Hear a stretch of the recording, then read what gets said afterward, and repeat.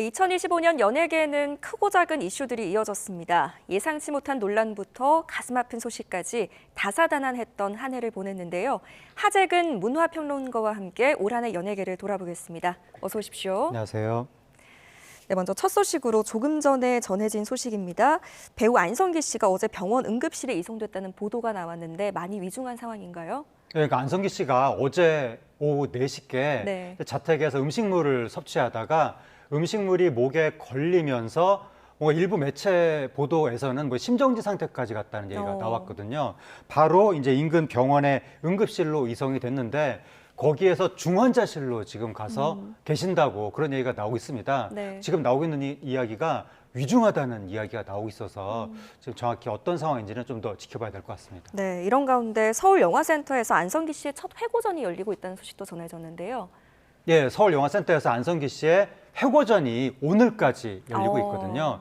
안성기 씨가 그야말로 한국 영화계의 산 역사라고 할 수 있을 정도의 분인데 지금까지 안성기 씨가 나왔던 주요 작품들이 상영이 되는 겁니다. 근데 지난 20일, 21일에 그 회고전에서 관객과의 대화가 있었거든요. 거기에서 안성기 씨하고 80년대 콤비를 이뤘던 배창호 감독이 나와서 그 관객들하고 대화를 했는데 정작 주인공인 안성기 씨가 거기에 참석을 안 한 거예요. 그렇기 때문에 상당히 조금 건강 상태가 안 좋은 것이 아니냐 그런 이야기가 그때부터 나왔었습니다. 네, 회고전이 오늘까지라고 하니까요. 안성기 배우의 빈자리를 조금이나마 좀 채워줄 수 있는 자리가 될 수도 있겠습니다. 자, 올 한 해 연예계 이슈들 하나씩 키워드로 짚어보는 시간을 가져볼 텐데요. 먼저 첫 번째 키워드 한번 살펴보겠습니다. 네, 바로 박나래 씨 매니저 갑질과 불법 의료 시술 논란입니다.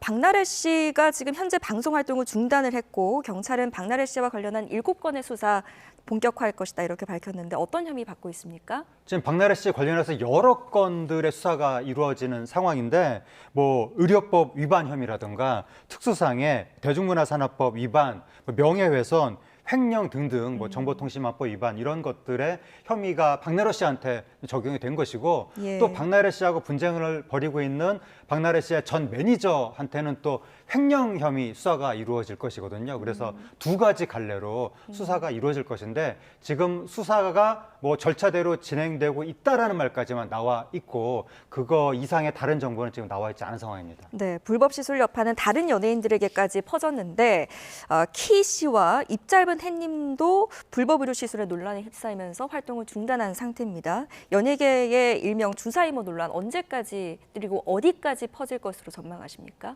이 사건이 약간 의외인 측면도 있는데 맨 처음에 폭로 보도가 나오면서 이제 터진 이슈거든요. 그렇죠. 근데 최초의 폭로 보도 때는 이름하고 주사 이모하고 많은 유명인들이 연루됐다는 식으로 처음엔 폭로가 나왔었거든요.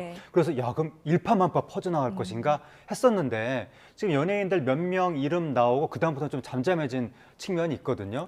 그래서 최초 폭로 보도와는 달리 요 정도 선에서 그럼 정리가 될 것인지 아니면 경찰이 수사를 지금 하고 있을 테니까 수사 과정에서 또 다른 이름이 등장하면서 더 이게 확산이 될 것인지 요거는 이제 새해가 되면 지켜봐야 될 것 같습니다. 네, 알겠습니다. 자, 다음은 개인의 논란이 아닌 그룹 단위의 갈등 사례도 있었는데요. 두 번째 키워드 한번 살펴보겠습니다. 네, 뉴진스 소속사인 어도어가 멤버 다니엘과 전속 계약 해지하겠다 이런 소식을 냈습니다. 뉴진스 완전체가 무산된 건데 아직 민지와는 복귀를 논의 중인 것 같은데 합류 여부 어떻게 보십니까? 이거는 전혀 앞날을 예측할 수가 없습니다. 그러니까 뉴진스의 그동안의 태도만 보면 복귀를 안 할 것 같았거든요. 그렇죠. 네, 근데 어쨌든 3명은 이제 복귀를 했다는 거잖아요. 이거 자체가 굉장히 예측하기 어려운 상황이었는데 그 민지 씨는 어떻게 될런지. 그런데 이제 어도어나 하이브의 태도를 보면 그 이 민지 씨 측에서 뭔가 잘못을 사과하고 뭐 재발 방지를 약속하고 또 그동안 어떠한 일들이 있었길래 그렇게 어도어와 하이브를 적대시하게 됐는지 그동안의 경과를 좀 밝히고 요 정도만 해주면 얼마든지 받아들일 의사가 있는 것 같은데 민지 씨가 지금 그런 것들을 안 하고 있는 것인지 논의 중이라고 하니까 뭔가 지금 뭐 앞날을 섣불리 점치기에는 쉽지는 않은 상황인데 많은 사람들이 바라는 것은 제발 좀 원만하게 잘 해결이 되고 그래서 뭐 오해가 있었다면 풀리고 그래서 좀 그 멤버들이 제대로 활동을 했으면 좋겠다라고 바라고는 있지만 뭐라고 지금 섣불리 예단하기는 어려운 상황입니다. 네.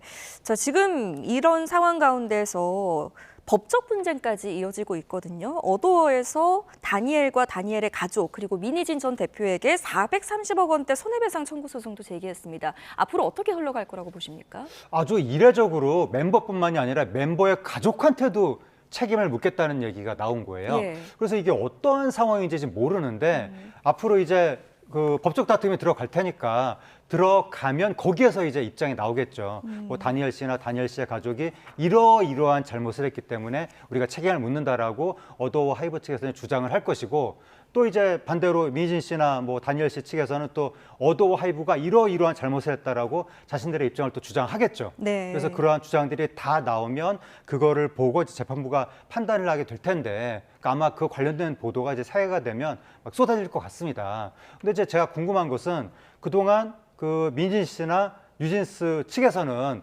어도어 하이브가 잘못됐다는 증거가 있다. 또 뭐 민진 씨는 그 하이브 측에서 뭐 증거들을 짜깁기 뭐 조작했다 이런 취지로 주장을 했었는데 예. 그러면 이러한 법적인 다툼을 하면서 앞으로 그 민희진 뉴진스 측에 자신들의 증거를 제출을 하면서 하이브가 뭐를 짜깁기 했고 뭐를 뭐 조작을 했다는 건지 뭐 증거의 원본을 공개를 할 것인지 그게 상당히 지금 궁금한 대목입니다. 네, 뭐 여론도 그렇고 무엇보다 재판부에서 이 사건을 어떻게 판단하고 볼 것인지 또 귀추가 주목되는 상황입니다. 자, 다음은 개인의 과거와 사회적 논란이 연예계에 미친 영향에 대해서 한번 살펴볼 텐데요. 세 번째 키워드가 준비되어 있죠. 네, 배우 조진웅 씨가 이 소년범 전력의 은퇴를 선언했는데 여기서 개인의 문제를 넘어서 이 소년범 전력 자체가 사회적 그리고 정치적 논쟁으로까지 확대가 됐었죠. 네, 그러니까 이게 소년범들을 어떻게 할 것인가. 그때 뭐 법적인 어떠한 뭐 이 정리가 끝났으면 나중에 완전히 용서하고 모든 걸 다 받아줄 것인가. 예. 아니다. 그래도 어른이 됐어도 뭔가 여전히 책임을 물어야 될 부분이 있다라고 할 것인가. 거기에 대해서 이게 사회적인 논쟁으로 번진 거예요.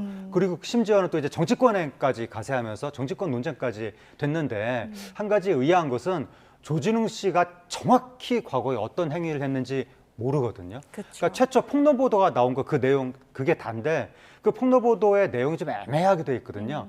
조진웅 씨가 정확히 무슨 행위를 했는지를 알 수 없게 보도가 작성이 됐었습니다. 아마 그 최초의 그 매체도 그 정확한 과거의 기록을 보지 못한 상태에서 보도를 한 것이 아닌가. 그래서 과거에 어떤 행위를 했는지 모르는 상태에서 한쪽에서는 용서해주자 이러고 또 다른 쪽에서는 용서 안 된다 이러니까 뭔가 왜 모르는 상태에서 이렇게 논쟁을 벌이는지 사실 그러니까요. 의아했는데 그 부분에 대해서 향후에 뭐가 드러날지 더 지켜봐야 될 것 같고 예. 다만 이제 소년범 문제에 대해서는 요즘에 너무 그 잘못이 심각해지고 있고 피해자가 겪는 고통도 너무나 커지고 있기 때문에 무조건 100% 용서해주자고 하기만은 어려운 것이 아니냐 이런 이야기가 좀 많이 나오고 있는 상황입니다. 네, 본인은 은퇴를 했지만 본인이 참여한 작품 시그널2도 지금 어떻게 될지 모르는 상황이기 때문에 이 부분도 한번 관심을 가지고 지켜보도록 하겠습니다.